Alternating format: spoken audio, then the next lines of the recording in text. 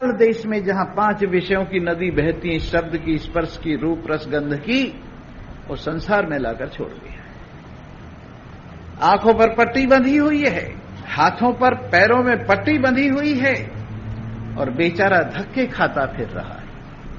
इसकी दुर्दशा को देखकर कोई महान पुरुष दया करते और इसकी हाथ और पैरों की रस्सी खोल देते, फिर इसके आंख की पट्टी खोल देते हैं और इसको अबाउट टर्न होने के लिए कहते हैं, वापस जाने के लिए कहते हैं। और जब ये वापस जाता है, वापस जाते जाते इसको एक देश पड़ता है, पहले भूतों का देश। ये पूछता है क्या ये मेरा देश है, गांधार देश, आत्मदेश है? ये बोले नहीं, ये भूतों का देश है। और वो कौन सा देश है? स्थूल शरीर, ये 5 भूतों का देश। इससे फिर आगे बढ़ता है, भूत नगरी से आगे बढ़ता है, पूछते पूछते देवनगरी में पहुंचता है और पूछता है ये कौन सा देश है? कहने लगे ये देवनगरी है। और देवनगरी में 5 ज्ञानेन्द्रियों के देवता, 5 कर्मेंद्रियों के देवता, 5 प्राण अंतःकरण के देवता निवास करते हैं। ये सूक्ष्म शरीर देवनगरी है। इस देवनगरी में पहुंचता है तो इसको जवाब मिलता है तुम्हारा देश नहीं है, देवनगरी है, आगे बढ़ो।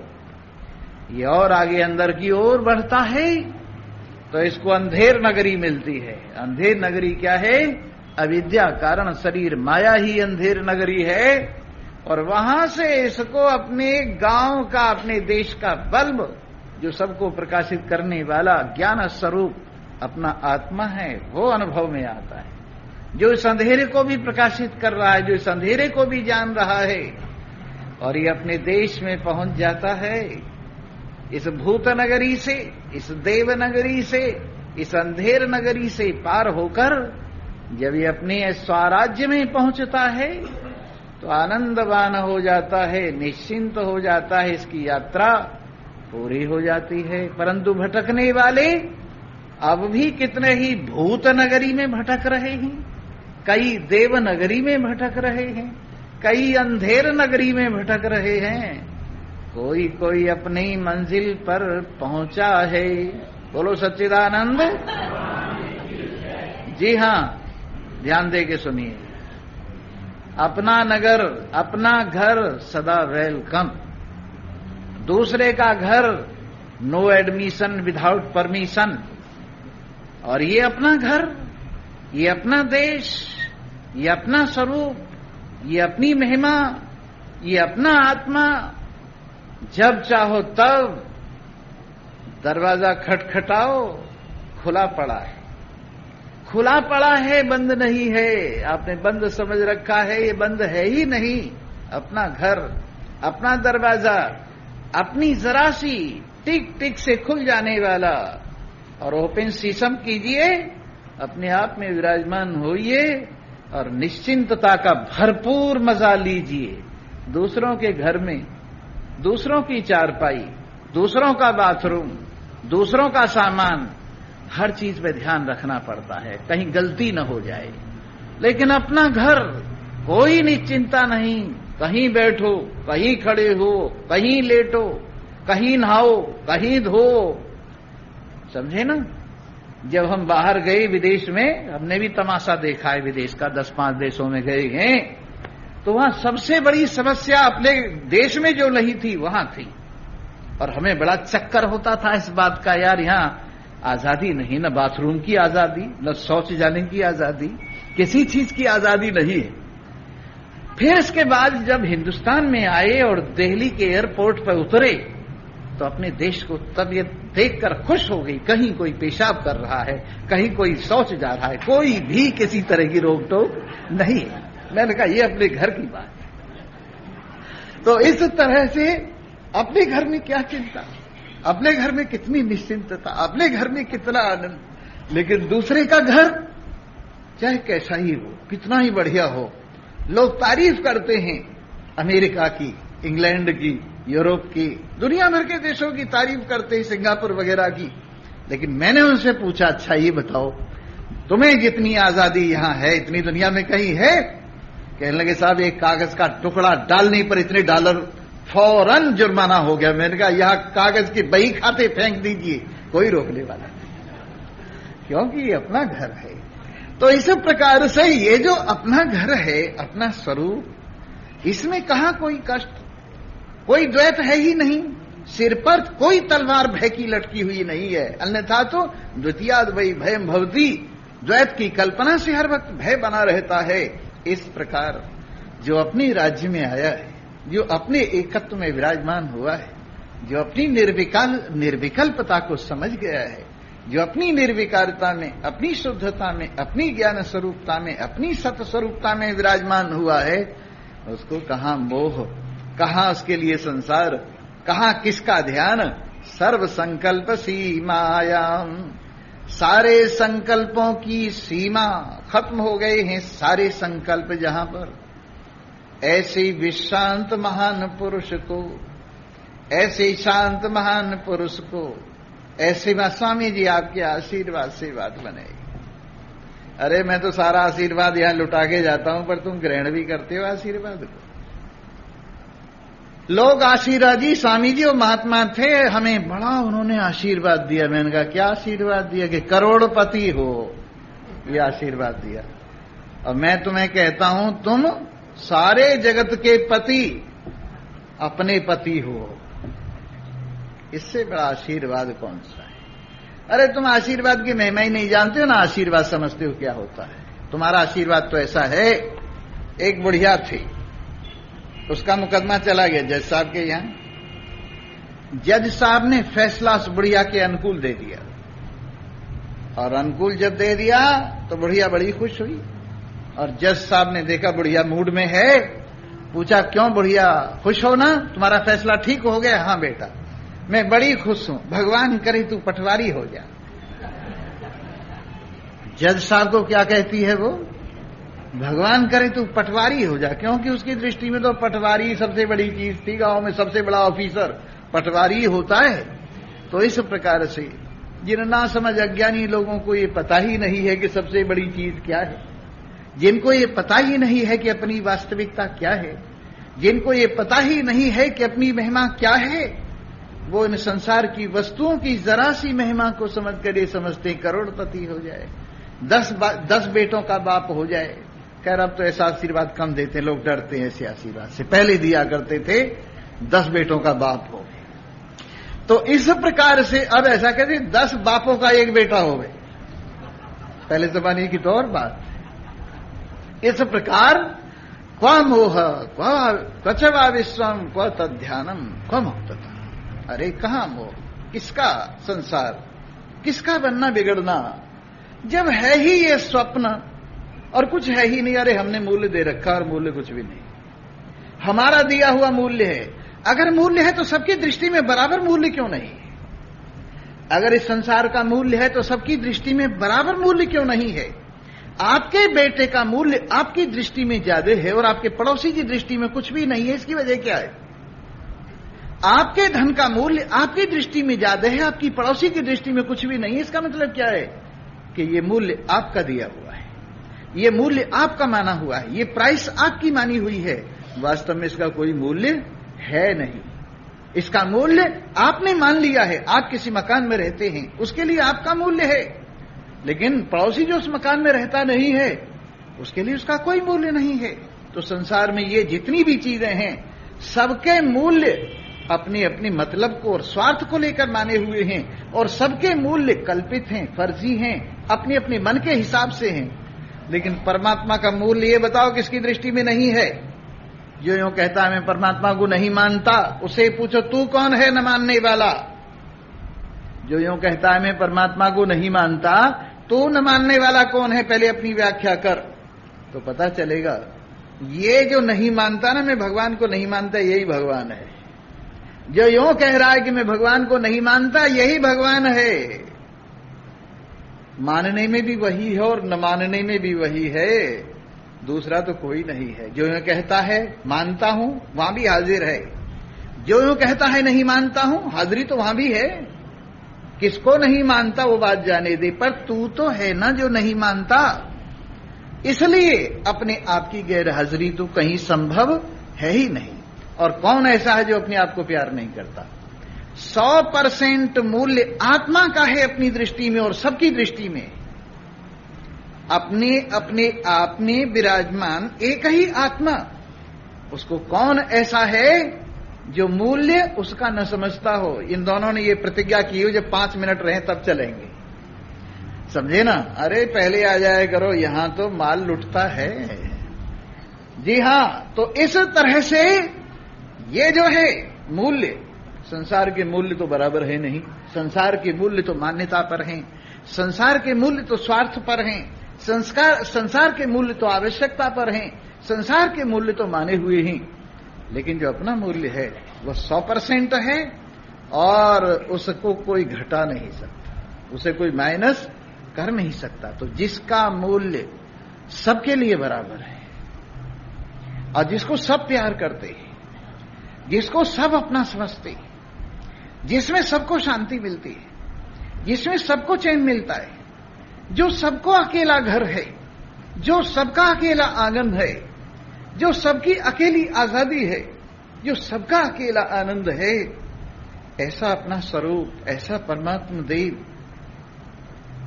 अरे अगर ये समझ में आ जाए कि ये आत्मा मेरा आत्मा, मैं आत्मा, यही ब्रह्म हूं, तो सर्व संकल्प सीमायाम, कोई संकल्प विकल्प नहीं रह जाता है। सारे संकल्प विकल्प निवृत्त हो जाते हैं और फुल शांति मिलती है, पूरी चैन मिलती है, पूरा आनंद मिलता है, परमानंद प्राप्त होता है। और जब संसार के बंधन से निकल के आदमी इस चीज को समझता है ना, उस दिन मजा आ जाता है। भगवान बुद्ध के रोजाना उपदेश हुआ करते थे। उपदेश में उनके ही परिवार में से, उनके शरीर के ही मौसी औसी के लड़के थे एक नंद, वो भी भिक्षु हो गई थी। और उनकी घरवाली जो थी, सुंदरा उसका नाम था, वो भी भिक्षु हो गई थी। पर सुंदरा तो इसलिए भिक्षु हो गई थी कि उसका पति भिक्षु हो गया, कोई वैराग्य नहीं था।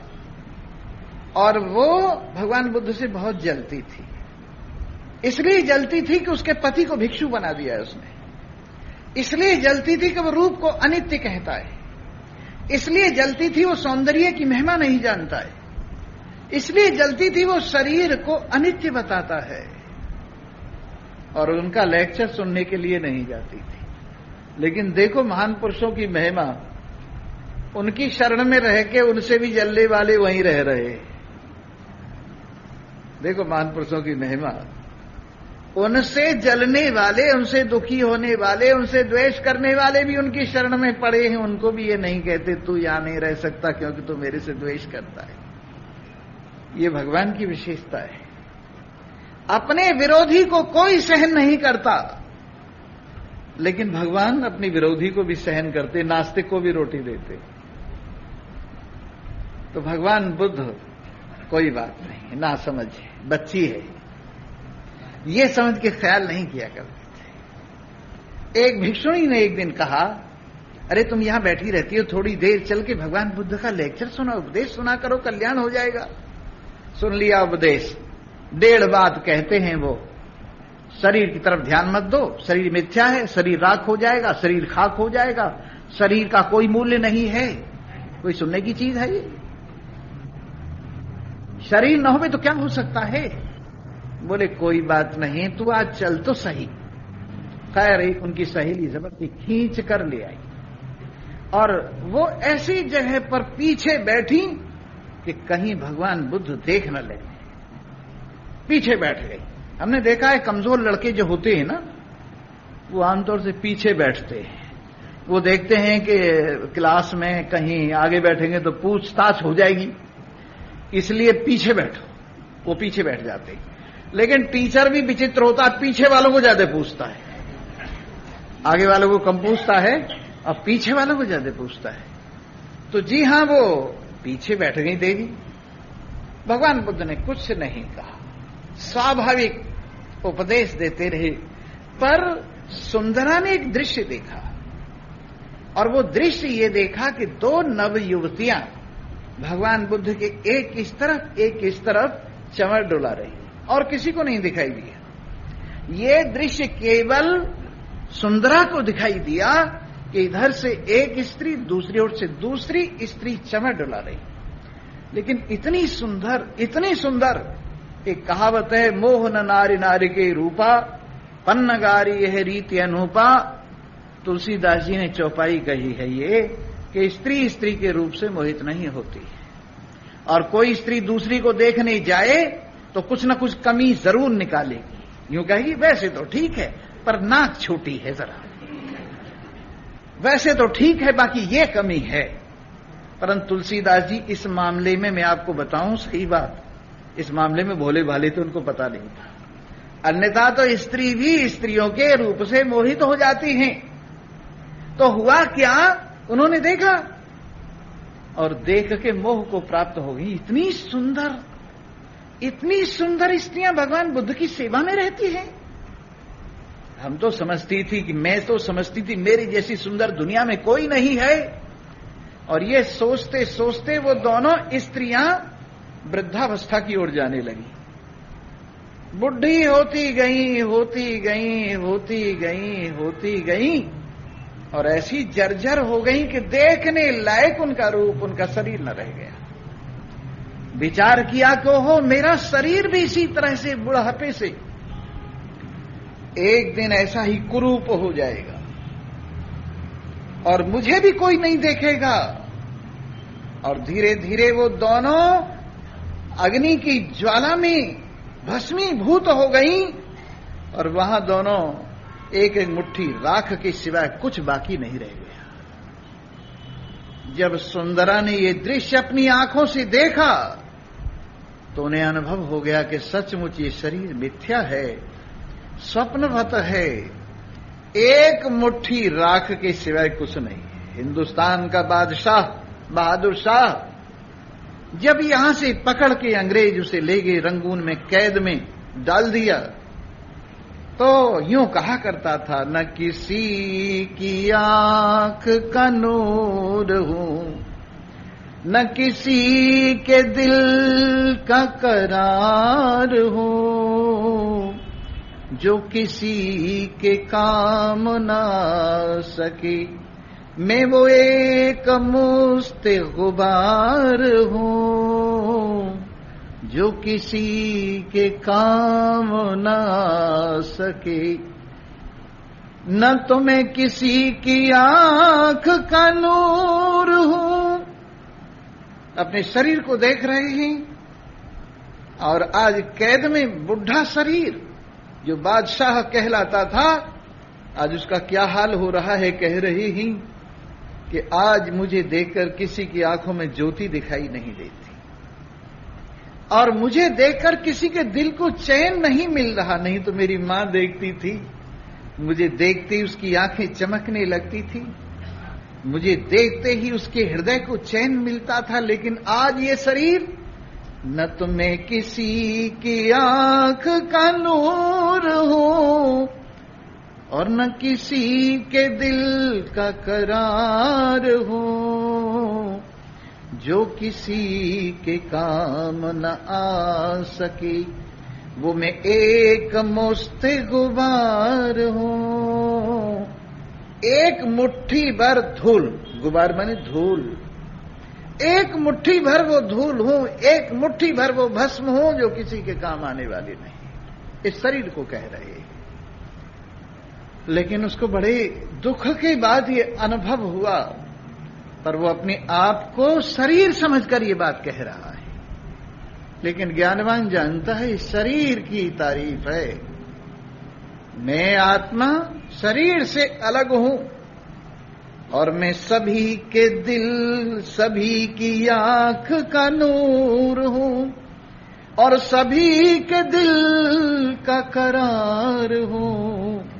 ज्ञानवान की दृष्टि में मैं सभी की आंख का नूर हूं, मैं सभी के दिल का करार हूं, सभी के काम जो आ रहा, मैं वो एक सदा बहार हूं।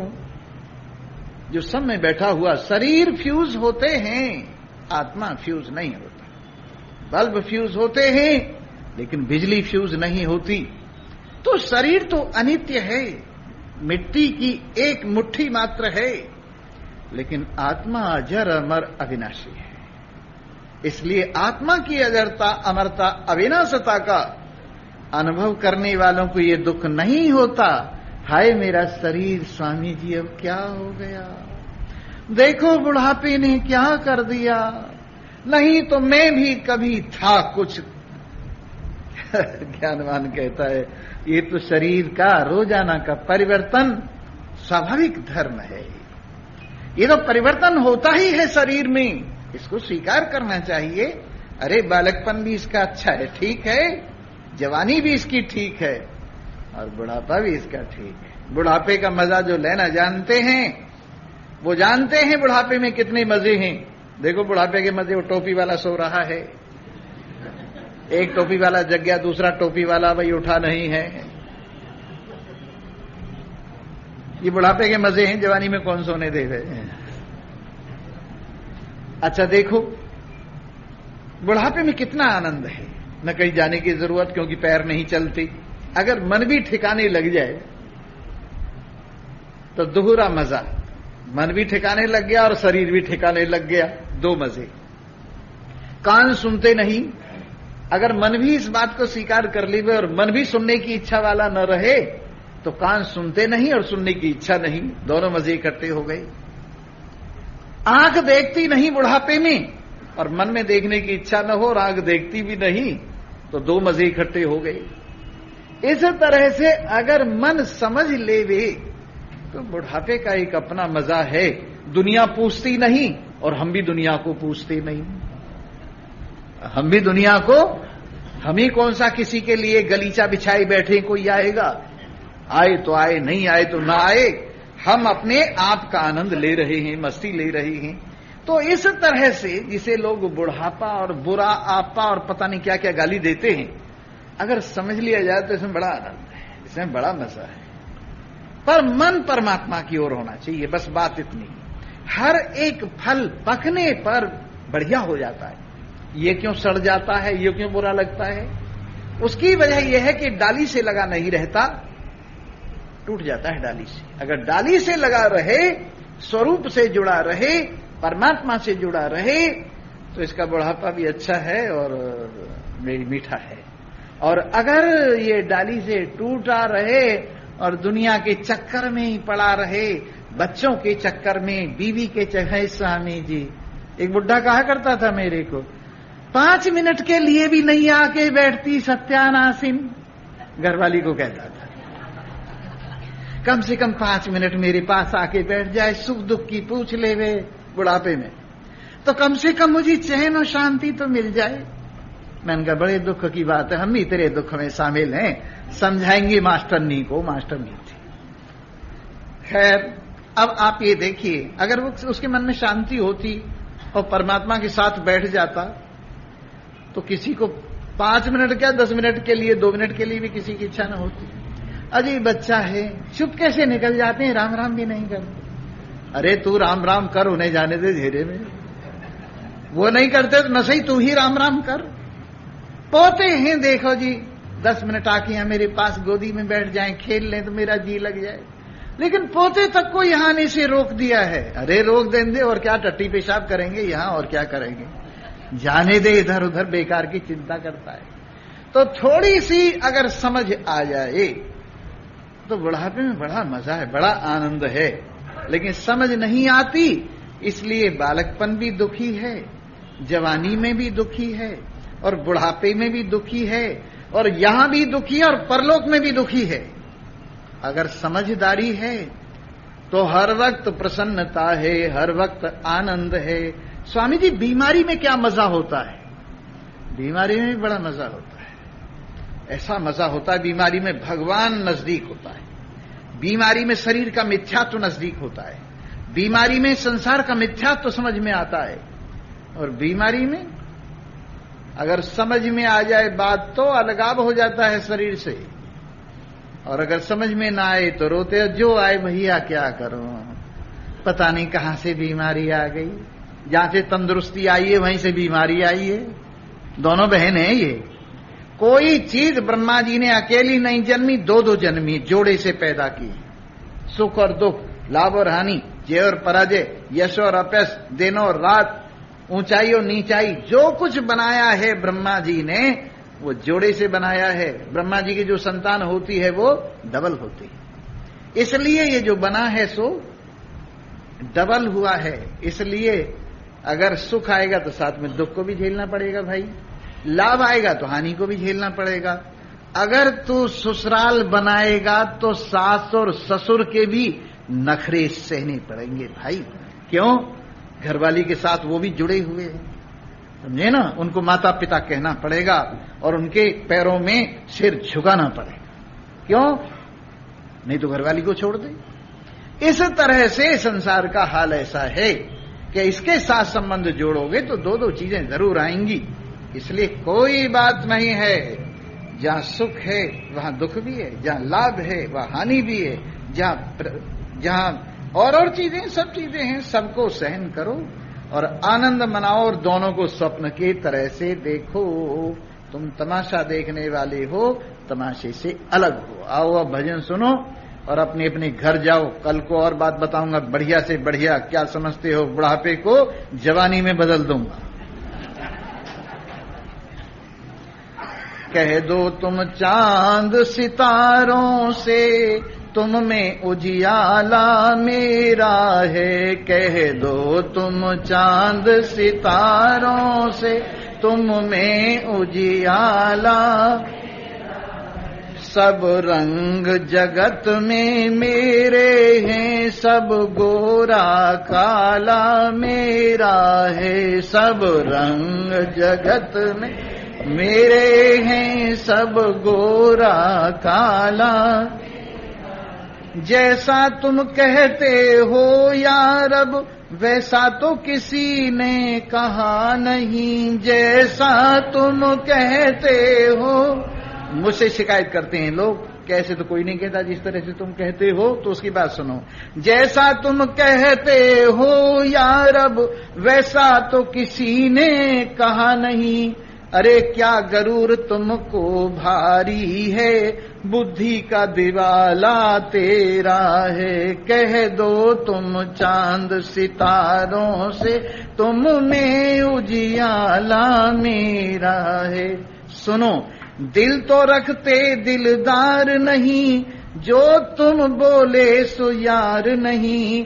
तुम यार किसी का प्यार नहीं, हुआ तुम में नहीं सवेरा है। कह दो तुम चांद सितारों से, तुम में उजियाला मेरा है। मेरे यार और हम एक सार हुए, दिल जुड़ करके एक तार हुए। मेरे यार और हम एक सार हुए, जुड़ करके दिल एक तार हुए। दिल दिलवर को दे पार हुए, अब ये दिल वाला मेरा है। दिल दिलवर को दे पार हुए, अब ये दिल वाला मेरा है। कह दो तुम चांद सितारों से, तुम में उजियाला मेरा है।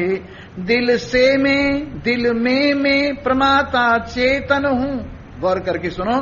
दिल में मैं प्रमाता चेतन हूँ, दृष्टि में प्रमाण कहता हूँ। दृश्य में मैं दृश्य चेतन, फल ज्ञान निकाला मेरा है। कह दो तुम चांद सितारों से, तुम में उजियाला मेरा है। ज्ञाता में जो मैं ज्ञान गेय, ध्याता में जो मैं ध्यान ध्येय। सब कल्पित का आधार एक, सब खेल निराला मेरा है। कह दो तुम चांद सितारों से, तुम में उजियाला मेरा है। दृष्टि ही भासती सृष्टि है, जब दृष्टि नहीं तो सृष्टि कहाँ। दृष्टि मुझ में मेरा प्रकाश, सब अक्ल पे ताला मेरा है। कह दो तुम चांद सितारों से, तुम में उजियाला मेरा है। सब रंग जगत में मेरे हैं, सब गोरा काला मेरा है। सर्वे भवन्तु सुखिनः। श्री कृष्णाय नमो नमः। नारायणाय नमो नमः।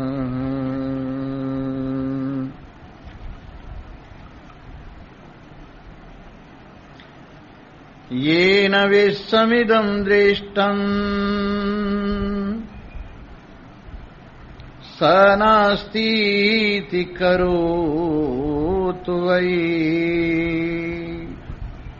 निर्वासनः किं कुरुते पश्यन्नपि न पश्यति। येन दृष्टं परं ब्रह्म सोऽहं ब्रह्मेति चिन्तयेत्। किं चिन्तयति निश्चिन्तो द्वितीयं यो न पश्यति।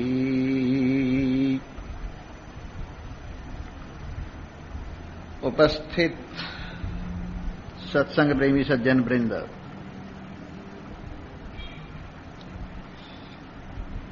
विचार करने पर सारा प्रपंच और मोह इत्यादि सारी बलाएं ऐसे सामने से उड़ जाती हैं जैसे हवा चलने पर बादल उड़ जाता है।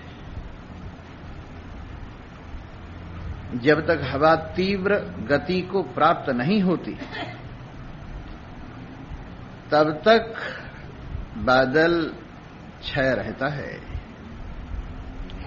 लेकिन जैसे ही वायु अपनी तीव्र गति को पकड़ती है तो घन पटल उड़ता हुआ ही नजर आता है, कहीं टिकता हुआ नजर नहीं आता। वैसे ही आत्म विचार की हवा के सामने, आत्मनिष्ठा की हवा के सामने, स्वरूप स्थिति की हवा के सामने न कहीं मोह, न कहीं विश्व, न कहीं ध्यान, न कहीं मुक्ति, ये सब सामने से ऐसे उड़ जाते हैं जैसे बादल उड़ जाते हैं। जैसे बादल के कई रूप हैं, बहुत जोर से छाया हुआ हो बादल तो सूरज बिल्कुल नहीं दिखाई देता और इतना अंधेरा हो जाता है कि हमारा हाथ नहीं दिखता। तो ये तो हुआ मोह की स्थिति। और कभी कभी बादल ऐसा हल्का सा होता है कि बादल भी दिखाई देता है और बादल में से थोड़ी थोड़ी रोशनी भी दिखाई देती है। ये हुई विश्व की स्थिति। और तीसरी बादल की स्थिति होती है बहुत पतला सा, जरा जरा सा उड़ती हुई फुई सी, वो समझो ध्यान की स्थिति। और बादल का बिल्कुल उड़ जाना, ये हुई मुक्ति की स्थिति। तो ये बादल के चार रूप हुए। वैसे ही मोह, विश्व, ध्यान, मुक्तता, ये चार संसार के रूप हैं। लेकिन इन चारों संसार के रूपों को अपने आप में नानुभव करने वाला, अपनी एक रूपता को, अपनी सच्चिदानंदता को, अपनी ज्ञान स्वरूपता को अनुभव करने वाला, जिसमें कोई संकल्प रहा ही नहीं। जहां मोह है वहां संकल्प के सिवाय कुछ नहीं है। जहां विश्व है वहां संकल्प और विकल्प दोनों हैं। जहां ध्यान है वहां विकल्प विशेष है। और जहां मुक्ति है वहां संकल्प विकल्प की निवृत्ति है। परंतु सर्व संकल्प जिसमें जन्मे ही नहीं, जिसमें है ही नहीं, जिसमें कल्पित यूं ही भासते हैं, ऐसे अपने स्वरूप में आराम फरमाने वाला महान पुरुष उसके लिए कहां मोह, कहां विश्व, कहां ध्यान, कहां मुक्ति, ये सब कुछ भी नहीं रहता। ये कल की बात है, आज की बात सुनिए। ये न दिष्टम परम ब्रह्मा, हाँ, ये न विश्वमिदम दृष्टम। दो तरह की दृष्टि हैं, एक तो जो संसार को देखते हैं और दूसरे जो परमात्मा को देखते। जिनकी दृष्टि में संसार ही है, बड़ी अच्छी बात है भाई, संसार के सिवाय और कुछ है नहीं जिनकी दृष्टि में, और भोगों के सिवाय कुछ है नहीं जिनकी दृष्टि में, भोक्ता के सिवाय अपना और कोई अलग स्वरूप है नहीं जिनकी दृष्टि में, वो लोग खूब अच्छी तरह से कर्म करें और भोग भोगें, मौज लें, संसार का सामान बिखरा पड़ा है, आनंद करें। शब्द का, स्पर्श का, रूप का, रस का, गंध का बाजार लगा पड़ा है, कोई भी रोक टोक नहीं है। शब्द का भोग करें, स्पर्श का भोग करें, रूप का भोग करें, रस का भोग करें, गंध का भोग करें, और इसके लिए कर्म करें, क्योंकि कर्म बिना तो संसार भी नहीं मिलता भाई। परमार्थ की बात तो जाने दो, ये संसार भी उन्हीं लोगों को मिलता है जिन्होंने इसके लिए कुछ किया है, और जिन्होंने इसके लिए कुछ नहीं किया उनको ये भी नहीं मिलता, वो तो जाने दीजिए, वो तो आगे की बात है। इसलिए जिनको ये चाहिए, इसकी वासना है, संसार की वासना है, दृश्य मात्र की वासना है, विषयों की वासना है, वो कर्म करें, क्योंकि कर्म से संसार की प्राप्ति होती है, और वो शुभ कर्म करें, वेद विहित शास्त्र विहित कर्म करें, और उसके बदले में संसार भोगें, दान करें, यज्ञ करें, व्रत करें, तीर्थ करें। और एकादशी है ना आज, एकादशी रखें, और इन सब से क्या मिलता है? संसार के सारे सुख, सारे भोग, और परलोक के भी सुंदर सुंदर अप्सराएं, नंदन वन, कामधेनु, कल्प वृक्ष, बढ़िया बढ़िया कपड़े और बड़ी लंबी आयु, ये सब तुम्हें चाहिए ना, तो इसके लिए शुभ कर्म करो। लेकिन निर्वासना किम कुरते, अब जिसकी वासना ही नहीं रही, चाहत ही नहीं रही, और ये लोक उनके लिए कोई आकर्षण का विषय ही नहीं, इस लोक में कोई आकर्षण उनके लिए नहीं। जो इसको स्वप्न की तरह से जानते हैं, जो इसे बंधनकारी जानते हैं, जो इसे विघ्नकारी जानते हैं, जो इसे राग द्वेष में बांधने वाला जानते हैं, जो इसे जन्म देने वाला जानते हैं, जो इसे अज्ञान का पुत्र जानते हैं, जो इसे माया की पुतली जानते हैं, जो इसे अंधेरा ही अंधेरा जानते हैं, उनकी वासना संसार में नहीं रही है। और जिनकी वासना संसार में नहीं है, वो इसका करें क्या बताओ? संसार का, इस लोक और परलोक का क्या करें? वही बुढ़ी अप्सराएं बैठी हैं, तब की हैं, जब से दुनिया बनी है तब से लेके अब तक वही उर्वशी है, वही रंभा है, वही पुरानी पुरानी अप्सराएं, कोई बात है क्या? इसलिए तेरे मस्ताने बंदों की न ये दुनिया न वो दुनिया, तेरे मस्ताने बंदों की न ये दुनिया न वो दुनिया, यहां मरने की पाबंदी, वहां जीने की पाबंदी।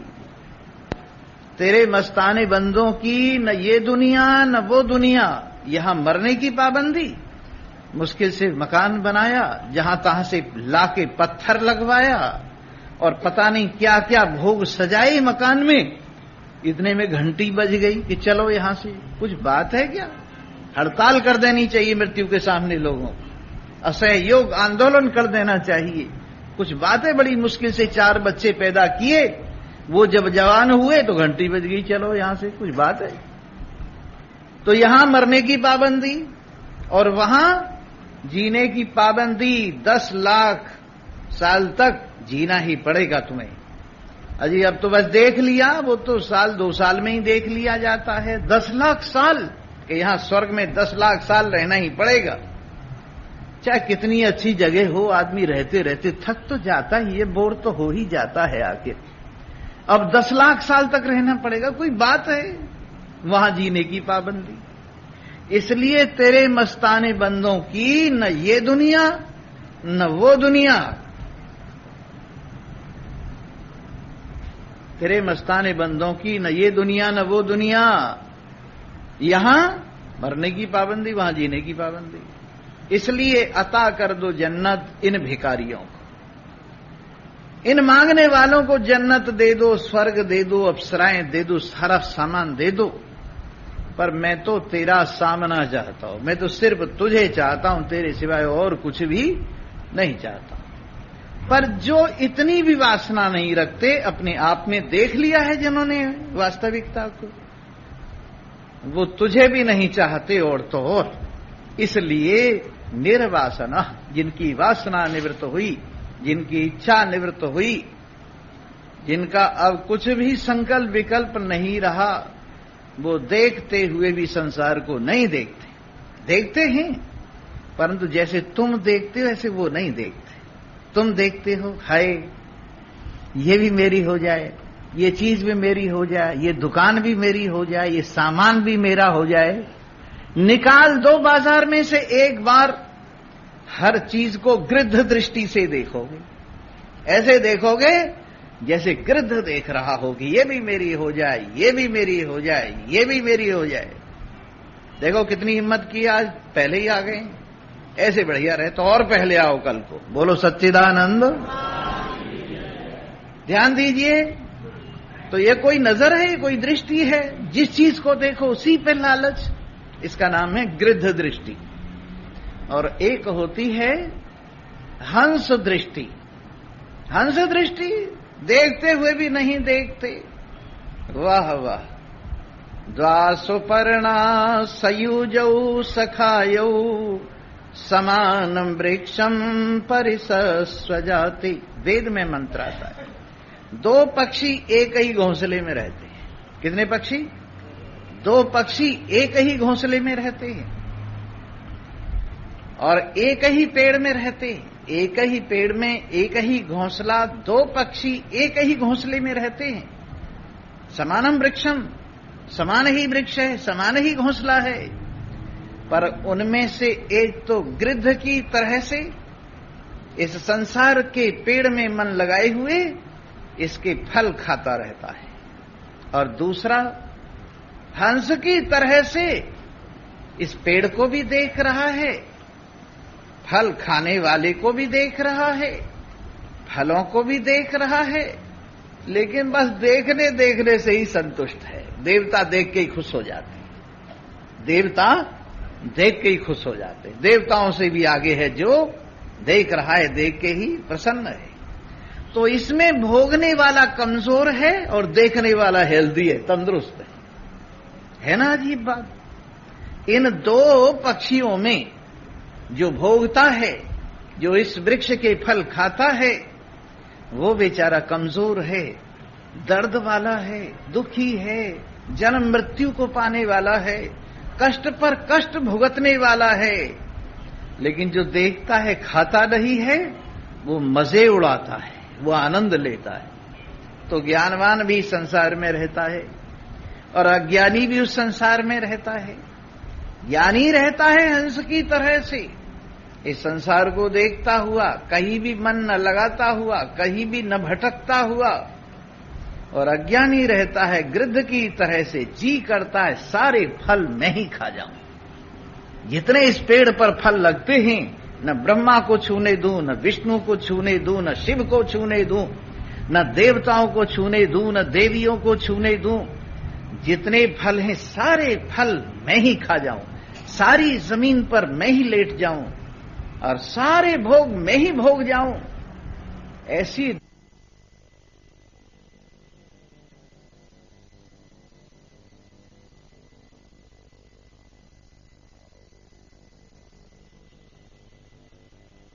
तुम्हारे पास में, बाल बच्चे तुम्हारे पास में, और संसार का सारा सामान तुम्हारे पास में। तुम काहे के दुखी हो? प्रार्थना कर रहे हो उससे जिसके पास कुछ नहीं है। हरिओम तत्सत। न मकान अपना, न दुकान अपनी, न सामान अपना, न घरवाली अपनी, न